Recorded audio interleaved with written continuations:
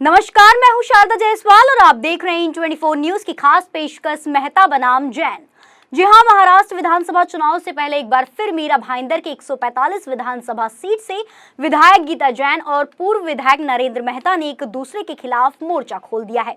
दोनों नेता एक दूसरे पर जमकर आरोप और प्रत्यारोप कर रहे हैं, कभी मेट्रो स्टेशन को लेकर तो कभी भ्रष्ट ठेकेदार को ब्लैकलिस्ट करने को लेकर। वहीं एक बार फिर से ये दोनों एक दूसरे के आमने सामने आ गए हैं। इस बार का मुद्दा है बुचड़खाना। दरअसल हाल ही में मीरा भाईंदर महानगर पालिका ने उत्तन इलाके में बनने वाले बुचड़खाने के निर्माण के लिए 40 करोड़ रुपए का टेंडर जारी किया है, लेकिन उत्तन के स्थानीय रहवासियों के साथ बीजेपी के पूर्व विधायक नरेंद्र मेहता भी इसका विरोध कर रहे हैं। आपको बता दें कि 4 अक्टूबर को बुचड़खाने के निर्माण के लिए टेंडर जारी हुआ है और 11 अक्टूबर को फाइनल किया जा सकेगा। सूत्रों के मुताबिक बुचड़खाने के लिए राज्य सरकार की तरफ से निधि भेजी गई है और ये निधि लाने के लिए शहर के एक विधायक का विशेष योगदान रहा है। वहीं मुद्दे को लेकर पूर्व विधायक नरेंद्र मेहता ने कहा है कि यदि मनपा ने 10 अक्टूबर तक टेंडर रद्द नहीं किया तो वे मनपा मुख्यालय की छत से कूद जाएंगे। इसके अलावा उन्होंने विधायक गीता जैन पर आरोप लगाया है कि कत्लखाना उनके क्षेत्र में बन रहा है।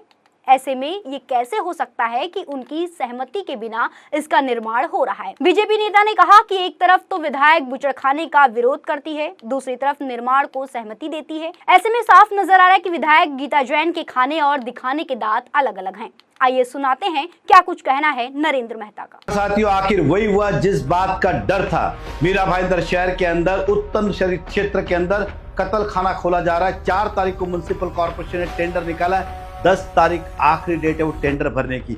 40 करोड़ रुपए का कत्ल खाना, मतलब यहाँ से मटन मांस की बिक्री अन्य शहरों में भी होगी और शायद एक्सपोर्ट भी हो सकता है। इस कत्ल खाने की इस मीरा भाईंदर में आवश्यकता क्या थी? बोरीवली हमसे बड़ा शहर है, क्या वहाँ कत्ल खाना है? कांदीवली मलाड हमसे बड़ा शहर है, क्या वहाँ कत्ल खाना है क्या? तो इस मीरा भाईंदर में कत्ल खाना क्यों?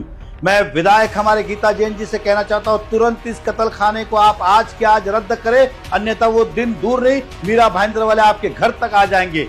मैं तमाम हिंदू धर्म, सनातन धर्म, जैन समाज, वैष्णव समाज, ब्राह्मण समाज सभी को कहना चाहता हूं, इस मीरा भाईंदर में कत्ल खाने की आवश्यकता ही नहीं है। ऐसे लोगों को हमने चुना था कि ये हमारे शहर के अंदर कत्ल खाने लाए। अब समय आया है कि इनकी कुर्सी खाली कराए और इनसे जवाब पूछे।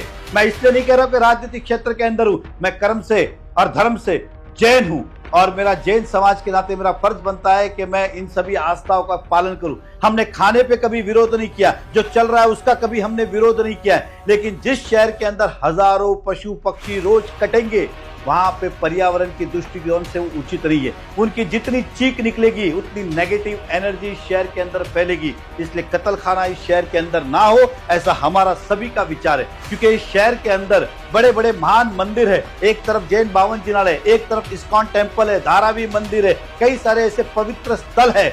इस कत्ल खाने की आवश्यकता नहीं है। मीरा भाईंदर धर्म नगरी के नाम से जानी जाती है। आज बड़ा दुख हुआ कि हमारे विधायक जो है इस शहर में कत्ल खाने ला रहे। हमने इसलिए चुना था कि मुझे शर्म आ रही है आज कि वो भी जैन है और हम भी जैन है और एक जैन समाज का व्यक्ति कत्ल खाना ला रहा है। इस बात के लिए कितनी शर्मिंदगी महसूस हो रही है, इसका जवाब मेरे पास नहीं है। अब वो आपसे यही कहेंगे आके कि मुझे पता ही नहीं, दूसरे खोल रहे, तीसरे खोल रहे। अगर आपको नहीं पता है तो राजनीति में रहने का आपको कोई हक ही नहीं बनता है कि आप इस शहर में राजनीति करो। अगर आपको नहीं पता है कि आपके नाक के नीचे आप ही के विधानसभा क्षेत्र के अंदर कत्ल खाना खुल रहा है, पूरे शहर को पता है और आप विधायक हो कि आपको नहीं पता, फिर हम कुछ कहेंगे तो कहेंगे कि वो आदमी बोलता बहुत है। वहीं बीजेपी के पूर्व विधायक के आरोपों पर विधायक गीता जैन ने भी पलटवार किया है। गीता जैन ने कहा कि बीजेपी नेता चुनावी स्टंट कर रहे हैं। मैं खुद इस स्लॉटर हाउस का विरोध कर रही हूँ। मनपा ने जो टेंडर निकाला है वो तकनीकी दृष्टि से भी गलत है। गीता जैन ने कहा कि वो जल्द ही इस मुद्दे को लेकर मनपा आयुक्त से मुलाकात करेंगी। मैंने तो कहा कि मुझे पता नहीं है। मैंने तो ऑलरेडी लेटर लिख दिया है कि ये टेंडर इलीगल है, उसे कैंसिल करना ही होगा। और ये टेक्निकल कमिश्नर भी इस बात से अग्री करेंगे कि यस, जब तक आरक्षण नहीं होता है, डीपी फाइनल नहीं होता है, हमने ये टेंडर गलत निकाला है। क्यों ये जब इलेक्शन आता है उनको ये स्टंट करना जरूरी है क्या? क्यों ये स्टंट कर रहे हैं? क्या उनको ये छोटी सी टेक्निकल चीज मालूम नहीं है? वो भी आमदार रह चुके हैं, मेयर रह चुके हैं, तो ये छोटी सी टेक्निकल चीज क्या उनको मालूम नहीं है कि ये टेंडर इलीगल है और वो लेटर देना है? या हो सकता है शायद उनको मेरे लेटर देने का पता पड़ गया हो कि ये चीज टेक्निकल है, शायद उनको ये पहले नहीं पता हो ये टेक्निकल चीज। में 8वीं फेल लोगों को थोड़ा सा प्रॉब्लम आता है ये सब चीजें जानने के लिए।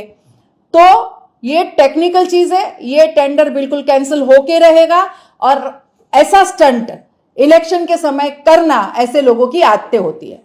बिल्कुल हो सकता है और इसके तह तक मैं जाके रहूंगी और मैं कमिश्नर से ये पूछ के रहूंगी कि आपको क्या हक है कि जब तक डीपी आपका फाइनल नहीं हुआ तब तक आप ये टेंडर कैसे निकाल सकते हैं। वहीं दोनों नेताओं के बीच चल रही जुबानी जंग पर बीजेपी के विधानसभा चुनाव प्रमुख रवि व्यास की प्रतिक्रिया सामने आई है। उन्होंने स्थानीय विधायक के साथ अपनी पार्टी के पूर्व विधायक पर भी इशारों में तंज कसा।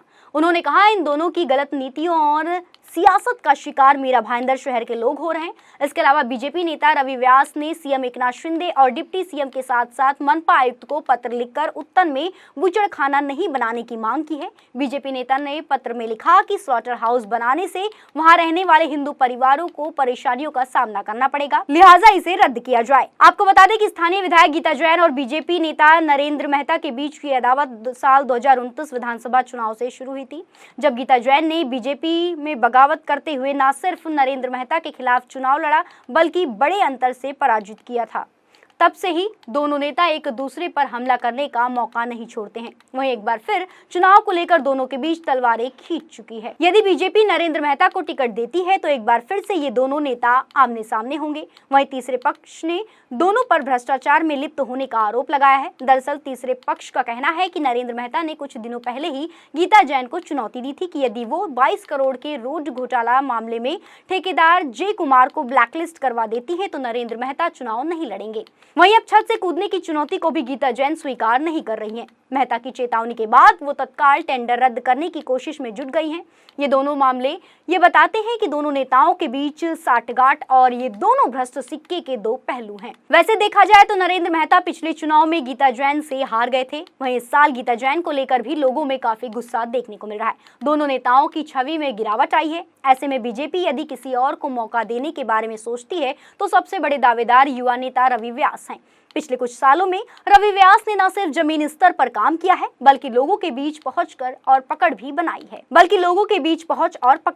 है। रवि हिंदी भाषी लोगों के बीच काफी लोकप्रिय हैं। युवा होने के नाते न्यू जनरेशन भी पसंद करती है। सबसे बड़ी बात, रवि व्यास की साफ सुथरी छवि मीरा भाईंदर में बीजेपी को जीत दिला सकती है। स्थानीय जनता का भी यही मानना है कि यदि बीजेपी नरेंद्र मेहता की बजाय रवि व्यास को तवज्जो देती है तो निश्चित रूप से उसे फायदा मिलेगा। बहरहाल अब देखना यह होगा कि नरेंद्र मेहता और गीता जैन के बीच चल रही खींचतान को बीजेपी कैसे रोकती है और विधानसभा चुनाव का टिकट किसे मिलता है। फिलहाल इस पेशकश में बस इतना ही। बाकी की ताजा तरीन खबरों के लिए बने रहिए इन 24 न्यूज के साथ और मुझे यानी शारदा जायसवाल को दीजिए इजाजत। नमस्कार।